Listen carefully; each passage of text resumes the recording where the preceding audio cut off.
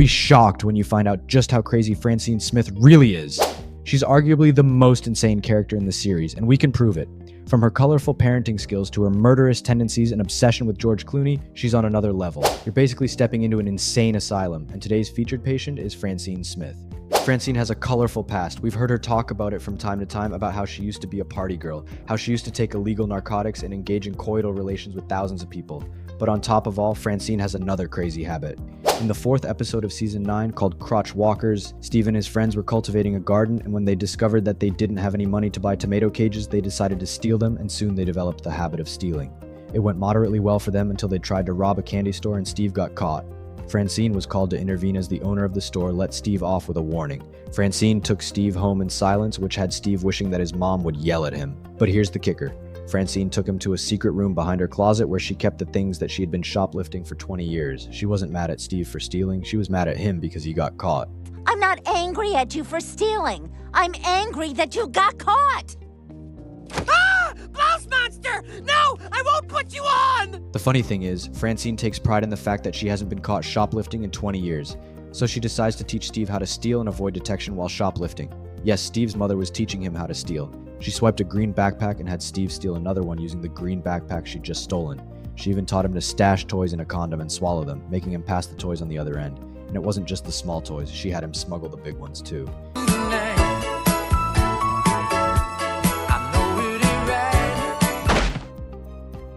When Stan eventually found out about this habit, he ordered Francine and Steve to stop stealing.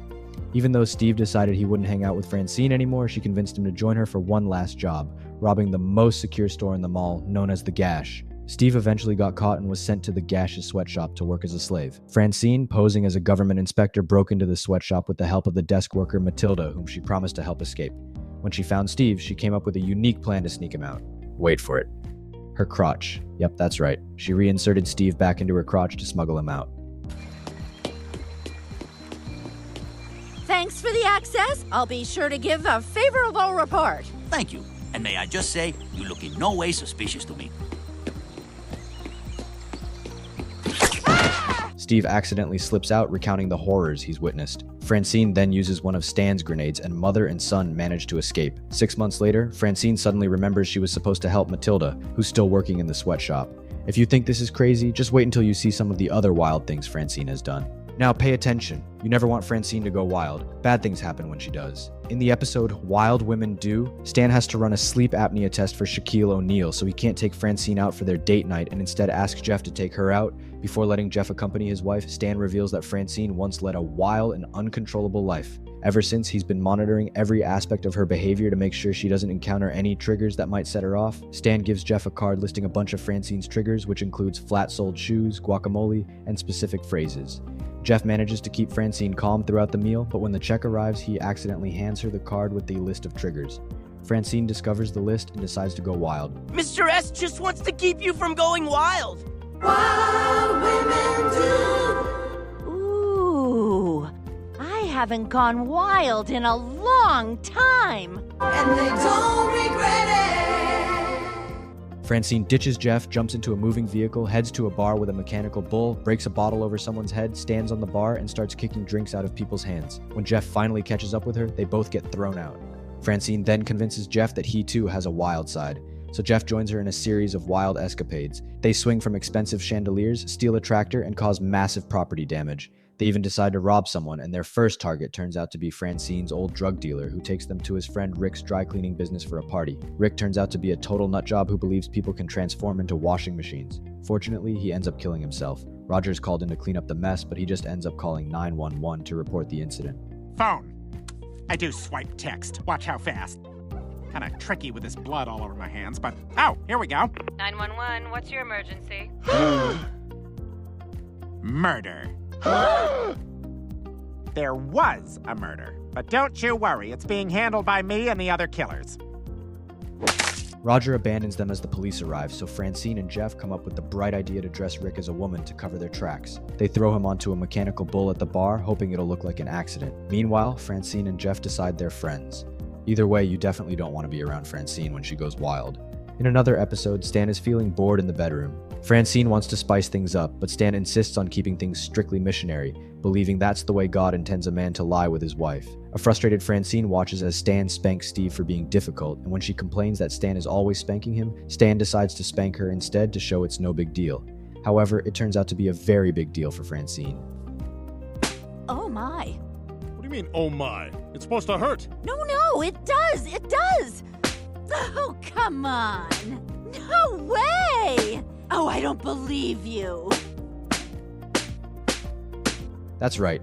Francine enjoys being spanked. It's her kink, and it turns her on. She shares her desires with Roger, who tells her that if she wants Stan to spank her, she'll have to trick him into doing it. So when Steve fumbles during basketball, she calls Stan, who gets furious at Steve. Then she tells Stan that from now on, she wants to take all of Steve's spankings because it's her fault for using parenting methods that are making him act out. Whereas Stan agrees. When Steve fails, I fail. I don't know if that sounds... And he kept calling fouls like a bitch! Oh, well, I am gonna punish you on his behalf for that.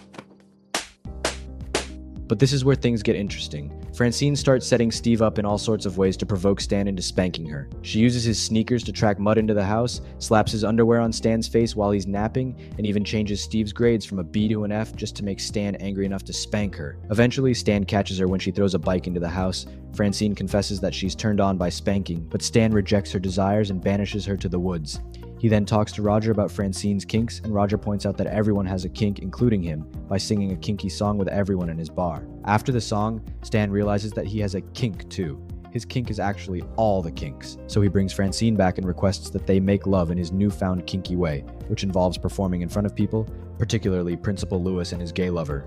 This is their reaction when Stan and Francine engage in their kinky lovemaking.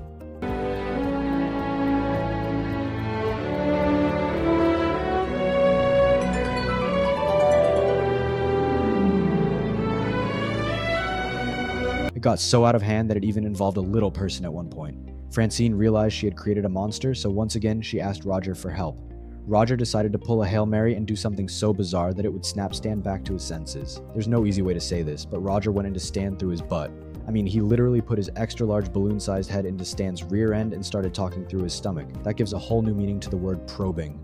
Eventually, Francine talks Stan out of being kinky and decides to join a women's baseball team instead, one where they constantly spank her after each game. When Steve and Francine visit Toshi's family, we discover that Toshi's mom, Mrs. Yoshida, is extremely hard on Toshi and his sister Akiko because she wants them to get into a good college. She even laughs at Francine, saying Steve isn't going to amount to much in life. When Francine learns that Mrs. Yoshida isn't the only one who thinks this way, she sets out to find any hidden talents that Steve might possess. It turns out the boy is great at spelling, and he even wins the Pearl Bailey High School Spelling Bee competition. Mrs. Yoshida then claims that her daughter Akiko could easily beat Steve in a spelling bee, so they decide to place a bet. This situation becomes extremely stressful for Steve, prompting him to escape from home and run into Akiko, who is facing similar pressures at her house. They bond and start falling for each other. When Francine finds out about their connection, she tries to discourage Steve from seeing Akiko, fearing it might be a plot by Mrs. Yoshida. Steve starts crying and decides he no longer wants to participate in the spelling bee. Francine prioritizes his happiness and allows him to go see Akiko, but when Steve arrives to meet her, he finds a breakup note from Akiko, which breaks his heart. No! What's the matter, honey? Akiko blew me off. She said she had to rethink her priorities, and then I'm not worth her time. But this is where things start to get wicked. You see, Francine was the one who wrote the note. In fact, she kidnapped Akiko and kept her in the basement to toughen Steve up so he could win the spelling bee. But it gets worse. Akiko's mother is looking for her, and when she finds out where Akiko is, she sneaks into the Smith house like a ninja and paralyzes Haley and Klaus. Then she frees Akiko and takes her to the spelling bee to compete against Steve. While they're there, she invites Francine to a fight and they both grab weapons. Mrs. Yoshida brags about being Asian, claiming she can't lose, but then Francine's parents walk in and she realizes that Francine was raised by Chinese parents. What follows is an intense martial arts battle, with them running up walls and just being badass until they discover that both Steve and Akiko are the finalists. When Akiko fumbles a word, Mrs. Yoshida starts heckling her. In a show of sportsmanship, Steve fumbles his word so she can win. Francine is proud of him and tells him the truth. In turn, Akiko fumbles her word for Steve, and they keep passing the mistakes back and forth. While Francine and Mrs. Yoshida are proud of their kids, they continue fighting. Guess there's no changing a crazy mom. In another episode, during the CIA Awards, Francine finds out that Stan is skilled at seducing women and she wants some of that romance directed her way. However, Stan decides he'll just be himself around her, which only frustrates Francine further. So what does she do to get Stan to romance her? She becomes a supervillain called the Beaver and steals a flash drive containing half of the undercover agents' identities, as well as Bullock's chili recipe. With Klaus's help, she sets up a website to sell the drive, all in a bid to get Stan's attention. Bullock assigns Stan to the case, and he begins messaging the Beaver, not realizing it's Francine.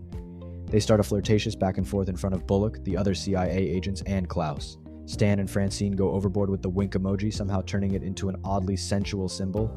It was seriously weird.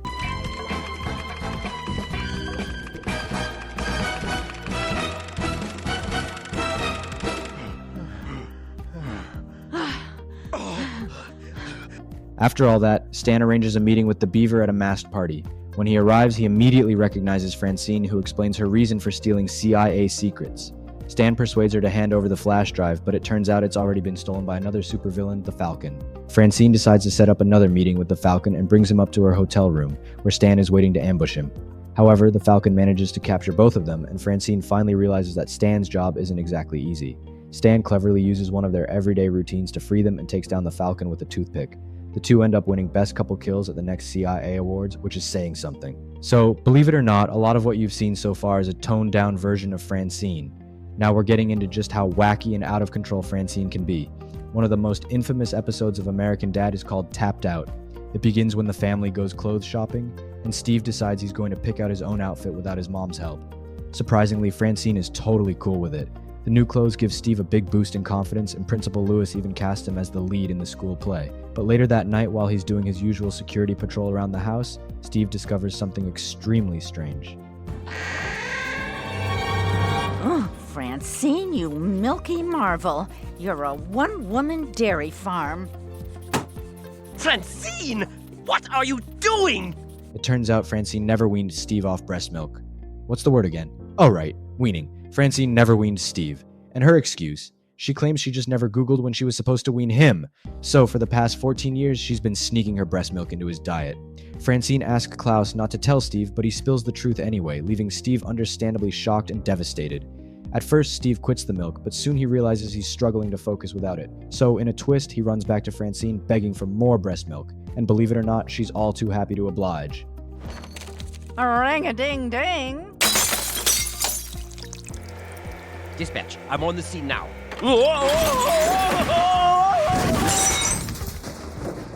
Then we cut to a montage of Steve regularly taking the milk, with each sip seemingly boosting his confidence. It's hard to watch, but this goes on for a while. Until on the day of Steve's play, he's a nervous wreck and begs his mom for a last-minute dose of milk. Francine doesn't have a bottle on her, so she agrees to let him drink from the source. Right as this is happening, Principal Lewis opens the stage curtains and the entire town gets a front row seat to the scene. The backlash is swift, and Stan, mortified, banishes them to the basement. Francine and Steve stay there for over 6 months, with their only hope of redemption resting on Roger, who promises to make a documentary to clear their reputation. But even Roger finds the project too weird and quits, leaving Francine to confront just how bizarre the whole situation is. She decides she has to wean Steve once and for all, and she uses his bee allergy to do it. Francine stings herself with bees and breastfeeds Steve, sending him into a coma for an entire year. Yeah, there's nothing normal about this family. We've seen moments where Francine was downright unhinged, but this was one of those times where we truly got a glimpse into how her mind works and how it copes with grief. When Stan was young, his dad didn't want to spend any time with him. Instead, he hired a man named Hank to be Stan's imaginary friend so he wouldn't have to bother himself. Classic Stan's dad. But being the crook he is, Stan's dad never paid Hank, so Hank eventually ditched young Stan. Fast forward 3 decades, and Hank shows up at the Smiths' doorstep, telling Francine the whole story and asking for the $300 he's still owed. Francine, seeing an opportunity, not only pays him the money, but throws in an extra $500, asking him to convince Stan to take her dancing to save their marriage. Hank does his job and Stan complies, but then Hank decides he wants more money, threatening to tell Stan the truth if Francine doesn't keep paying him. Unable to confess her actions to Stan, Francine persuades him to get rid of Hank as his imaginary friend. The next morning, Francine wakes up with a note stuck to her forehead. Panicking, she calls Steve, who ends up calling an ambulance to remove it. Well, here's the problem. It's paper. Oh, it's a love note from Stan. I took Henderson skydiving. He came from the heavens, and thither he shall return. Then we see Stan on a plane, sincerely thanking Hank for everything, still believing he's just an imaginary friend. To end things with a bang, Stan shoves Hank out of the plane mid-flight, and Hank crashes down onto Francine's car hood. Francine decides it's finally time to tell Stan the truth, admitting to everything. Surprisingly, Stan takes it well and even helps her dispose of Hank's body. But here's where things take a strange turn. Stan notices Francine is emotionally rattled by the whole ordeal, so he calls in a CIA grief counselor, a woman named Kathy, to help her cope. Kathy assures Francine it wasn't her fault, giving her peace of mind. Francine feels a huge sense of relief and joyfully shares her breakthrough with Stan. That's when it's revealed that Coach Kathy isn't real. What? Coach Kathy, silly! The CIA grief counselor you sent! Coach Kathy. She totally cured me, and I hit a 90-mile-an-hour fastball! Oh, good. That sounds real. So, do you feel like it's in your best interest, mental health-wise, to keep up this relationship with Kathy? Yeah, I blame it on grief on this one, but we can't deny that there's something wrong with Francine upstairs. Francine's catchphrase. In this episode, Francine realizes that she's going to kick the bucket eventually, and she wants to leave something behind. When Klaus asks her what about her kids, she doesn't think that's important enough, so Francine decides to create a catchphrase, something that will live on when she's gone. She keeps shuffling through catchphrases until she finally finds one. Things are getting too spicy for the pepper. Wait! What was that? Just now. Things are getting too spicy for the pepper? That's it. That's it? Things are getting too spicy for the pepper. Your catchphrase. Of course! Her catchphrase is, "Things are getting too spicy for the pepper." When she tries saying it in front of the family, no one responds to it, which makes her sad. But Klaus teaches her to say it in the way Gabourey Sidibe would say it. Francine eventually delivers the catchphrase, and Jeff commends her, and instantly Francine goes into a frenzy, and that's when it's revealed that Francine has already built merchandise for her catchphrase, from hats to t-shirts, flyers, everything. The sad part is, it's eventually made known that she's not the originator of the catchphrase, and even Hulk Hogan uses it, so in the end, she's back to square one. Murderous tendencies. If there's one thing that's quite evident about Francine, it is her undisturbed nature when it comes to people losing their lives or facing pain. In Season 6, Episode 8, when Stan hands Steve a gun and Steve accidentally shoots Santa Claus, Francine's only protest is that they didn't let her smash his teeth in and cut off his hands. This is after she suggested that they bury his body together as a family. We don't speak of this to anyone. I can't believe we're burying this guy in the woods. I can't believe you guys didn't let me smash his teeth out and cut off his hands. What? You want to get away with this or not? There's also the moment when she idly walks by as Stan operates on Haley's face and she doesn't say a word. It's almost as if she's dead inside. This is why, in the episode Killer Vacation, the family goes to a resort. Francine insists that she wants Stan to relax and spend time away from work. However, Bullock spots a notorious criminal called Goran the Mutilator, posing as the camp director, and tries to get Stan to assassinate him. When Francine finds out about this plan, instead of getting angry at Stan, she insists that she wants to join him on the mission, that she wants to kill someone. This is how you know Francine is a psycho. Come on, what's so hard about it? Bam, bam, bam! I just killed that waiter, a baby, and a fat guy and a rascal. But honey, Joe's the outdoor activities director. He's always surrounded by people. So kill them all! I think it's hot when you talk like that, but that's not how we do things at the CIA. She ends up playing tennis with Goran, and Stan tries to shoot him from a tree but is attacked by a suicidal lemur. So Francine takes matters into her own hands and tries to assassinate Goran with a tennis racket. Goran ends up grabbing Stan's gun and chasing them through the park.